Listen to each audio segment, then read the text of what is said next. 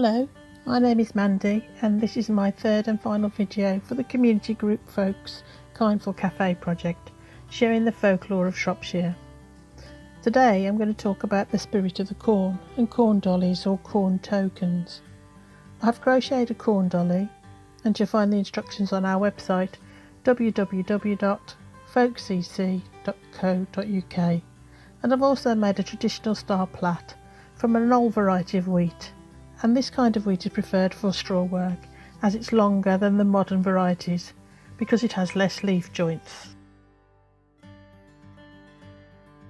Before Christianity, in traditional pagan culture, it was believed that the spirit of the corn lived amongst the crop and that the harvest made it effectively homeless.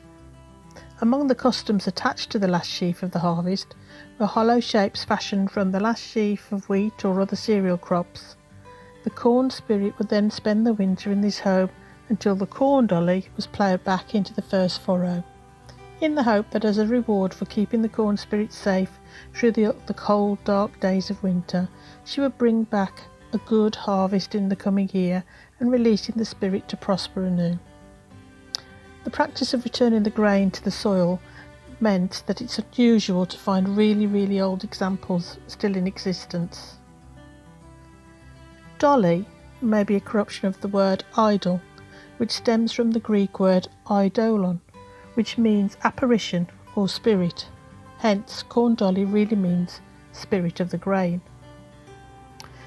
Another theory was that the annual cycle of vegetational growth and decay was represented as a sacred king, who had to be killed and replaced when he grew old, because his strength was linked to the life force of crops. Some customs of the cutting of the last standing corn could certainly be interpreted this way, and are borne out in the song of John Barleycorn, where he is cut down and ground between two stones, but in the final verse, Little John is the stronger man. And it goes like this: and Little John and the nut brown bowl and his brandy in the glass, and little Sir John, the nut brown bowl, proved the strongest man at last.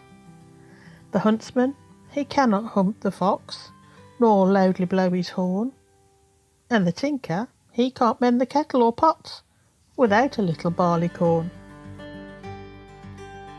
Shropshire, cutting the gander's neck, which is not as gruesome as it sounds, was the shearing of the last portion of grain of the harvest. In a sheaf of gleanings, Judge Ian Jackson writes that William Holmes tells us that it was practised at the end of reaping. The neck, or gander's neck, was a bunch of about 20 ears of corn, left standing and knotted together in the middle of a field, when all the rest was down. The men would then stand from about 10 or 20 paces distance and throw their sickles at it in turn. Whoever succeeded and cut off the neck was reckoned to be the best mon, and carried it home to the master's wife, and would expect an extra jug of drink as his reward.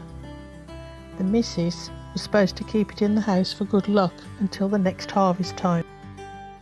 Corn dolly's tradition is followed particularly so in the UK, where most counties or geographical regions have their own designs and forms.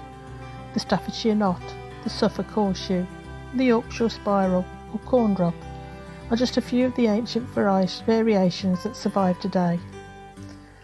Local to Shropshire are the Team Valley Crown, and this was one made by Alec Coker in association with the Mr Dipper from the Shropshire-Worcestershire border, and a Welsh border fan also made by Alec Coker. A countryman's favour was usually a plait of 3 straws and tied into a loose knot to represent a heart. It's reputed to have been made by a young man with straws picked up after the harvest and given to his loved one. If she was wearing it next to her heart when he saw her again, then he would know that his love was reciprocated.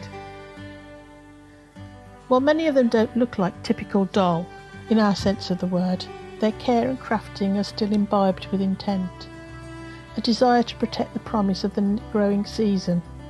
Whatever shape or form they take, the spirit of the grain is still a potent pagan custom and magical working. And you don't have to be a farmer to take advantage of its talismanic power. It can represent success and bounty, and the fervent hope that the future will hold prosperity and abundance.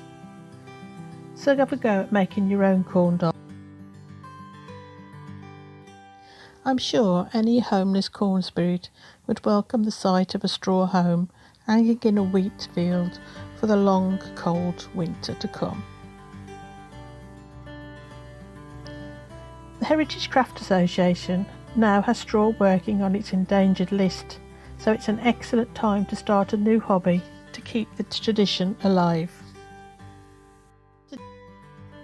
Thanks for watching, and please post any makes or folklore about corn dollies in the comments below. Happy Lunasa, and bye for now.